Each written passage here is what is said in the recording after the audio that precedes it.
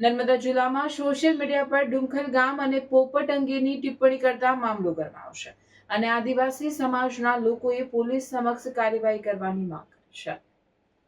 આમ તો નર્મદા જિલ્લાના જંગલ વિસ્તારમાં આવેલા ડુમખલના બોલતા પોપટ ખૂબ પ્રખ્યાત છે। ભૂતકાળમાં જેની બહુ માંગ હતી, જો કે હવે કાયદાનો કડક અમલ થતા ડુમખલના પોપટ કોઈ ઘરમાં રખાતા નથી અને કોઈ વેચતા પણ નથી અને હાલ બહુ ખાસ ડુંગરના પોપટ જોવા પણ મળતા નથી।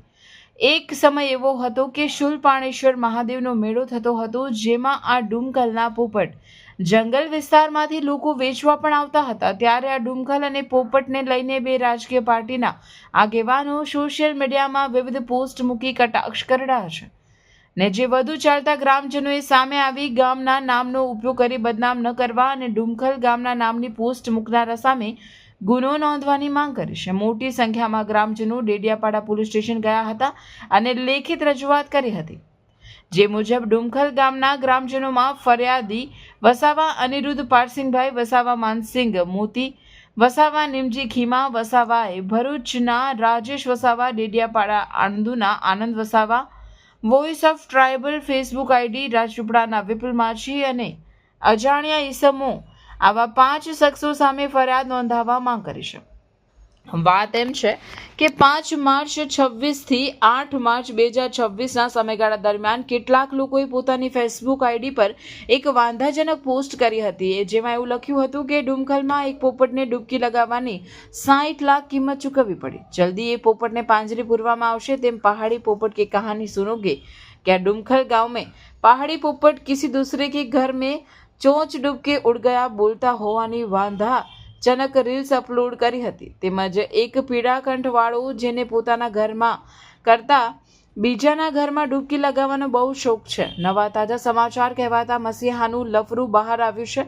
આ પ્રેમિકા માતા બનવાની છે અને 20 લાખ આપી મામલો સગે વગે કરવાના સમાચાર છે। બેન અને દીકરી માટે સહાનુભૂતિ છે। આપણી આદિવાસી બહેનો સાથે તેતર ખોટું કામ કરી રૂપિયા આપે છે। ચૂપ રહેવાના ડુમખલના પોપટ વખણાઈ સાથે હવે તેતરના કાન પણ ઓળખાશે। ભૂલી ગયા પોપટ તેતરની કથિત ડુમખલની પ્રેમિકા પ્રેગ્નેન્ટ, છોકરી સાથે લગ્ન કરવાના બદલે રૂપિયા આપી મામલો સગે વગે કરાયો તથા પહાડી પોપટની કહાની, પહાડી પોપટની શું કહાની છે?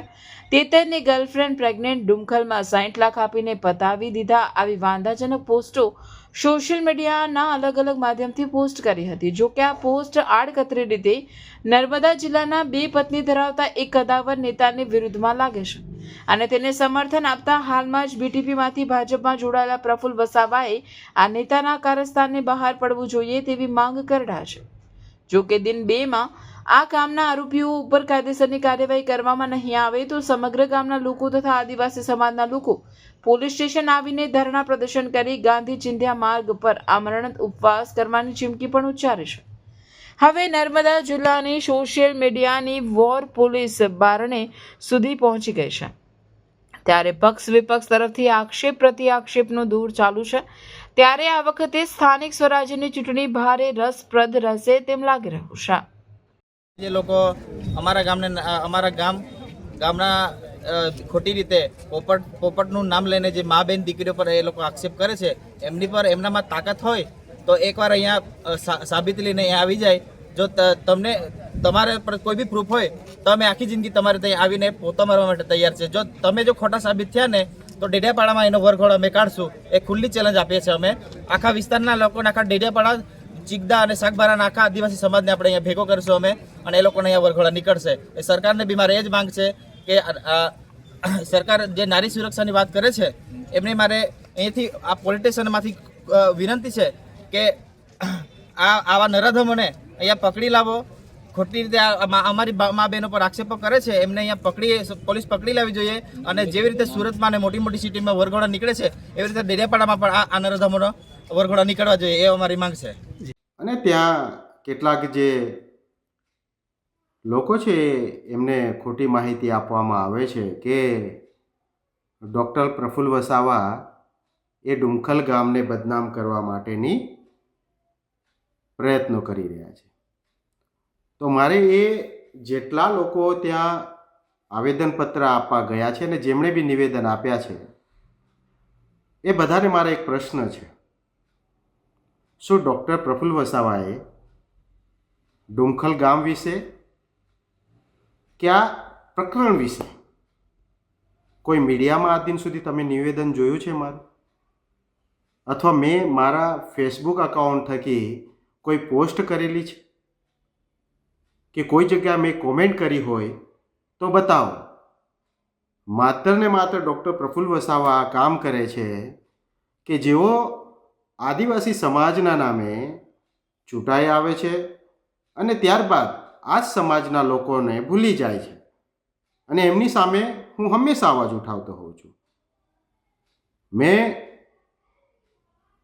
અગાઉ બીટીપીના હોય કે કોંગ્રેસના હોય કે પછી બીજેપીના પણ હોય, જેઓ પોતાની સત્તાનો પોતાના હોદ્દાનો દુરુપયોગ કરે છે, આ તમામને મેં પાર્ટી વિશેષથી ઉપર જઈને મેં હંમેશા એમને ખુલ્લા પાડ્યા છે.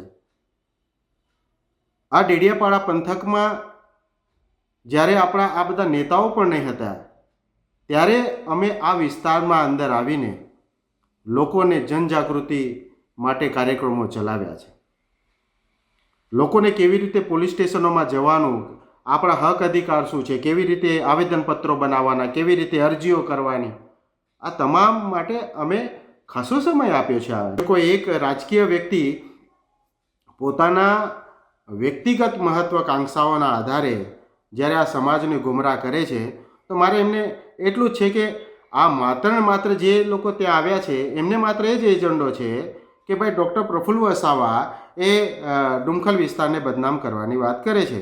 તો મારે એમને એ જ પ્રશ્નો છે, મારું બતાવો એવું કોઈ નિવેદન બતાવો આના પહેલાં કે મેં ડુમખલ પ્રકરણ અંગે આજ દિન સુધી કોઈ નિવેદન શુદ્ધ કર્યું નથી. મને કોઈ ટેગ કરી દે તો એનો મતલબ એ નથી એ મારું નિવેદન હોય, પરંતુ આ વિસ્તારની અંદર આજે પણ કહીએ છીએ કે અમે ઈચ્છીએ છીએ કે આજે જેવી રીતે આપણા કોઈ નેતાનું ડેવલપમેન્ટ થાય છે, બરાબર, નેતાઓ જેવી રીતે ગાડી બંગલાઓ, નેતાઓના છોકરાઓ બહાર સરસ સારી સ્કૂલોમાં ભણતા થાય છે, તો અમે ઈચ્છીએ છીએ કે આવી તો અમારા ડેડિયાપાડા વિસ્તારની અંદર દરેક લોકોને, દરેક ગરીબ પરિવારનો પણ આ અધિકાર છે અને અમે તો એના માટે તો અવાજ ઉઠાવીએ છીએ. અને અમારું લક્ષ્ય એ છે કે આ ડેડિયાપાડા અંદરની આવે, જ્યારે આ ડુમખલ વિસ્તારનો તમે જેવી રીતે બધા આવેદનપત્રો દ્વારા આ બધી વાત અને મારી પર આક્ષેપ કર્યા છે, તો હું એ જ કહું છું, મારે આ બાબતમાં હું ક્યારે પણ વ્યક્તિગત ટીકા ટિપ્પણીઓમાં પડતો નથી, પણ જ્યારે તમે મારું નામ લીધું છે કે ડૉક્ટર પ્રફુલ્લ વસાવા એ અમારા ડુમખલ વિસ્તારને બદનામ કરે છે, તો એ ડુમખલ વિસ્તારના તમામ લોકો જાણે છે કે ડૉક્ટર પ્રફુલ્લ વસાવાએ આપણા વિસ્તાર માટે, જનજાગૃતિ માટે શું કામ કર્યું છે. માત્ર કેટલાક વિશેષ પાર્ટીના લોકો આવીને આવી વાત કરે અને અમને બદનામ કરવાની કોશિશ કરે તો એ અમે સમજીએ છીએ, કારણ કે લોકોને લડતા બોલતા અમે કર્યા છે અને આજે તમે લડો છો, બોલો છો, અમને ખુશી છે, પરંતુ ખોટી રીતે આક્ષેપબાજી તમે કરો એ કદાચ આ માન્યમાં નહીં આવે ને આ સ્વીકાર્ય પણ નથી. અને આપણે તો એ જ વસ્તુ કહીએ કે આજે આપણો સમાજ જેને પણ નેતા બનાવે છે અને જેના પર આક્ષેપ થઈ રહ્યા છે, બરાબર, એ વ્યક્તિ, એ નેતાએ નિવેદન આપી દેવું જોઈએ. આમ તો દરેક બાબતમાં આપણા ડેડિયાપાડાના આપણા મોટા નેતા દરેક બાબતમાં પ્રેસ કોન્ફરન્સ કરે છે, દરેક બાબતમાં પોતાનું નિવેદન આપી દે છે.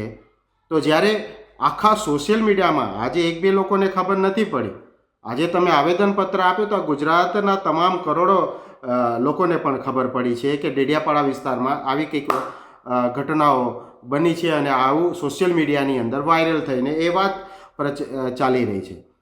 તો જે નેતાને પર આ આક્ષેપ લાગી રહ્યા છે તો સોશિયલ મીડિયા થકી એ નેતાનું નામ પણ ઉજાગર થયું છે, તો પછી એ નેતાની હવે વિશેષ જવાબદારી બને છે.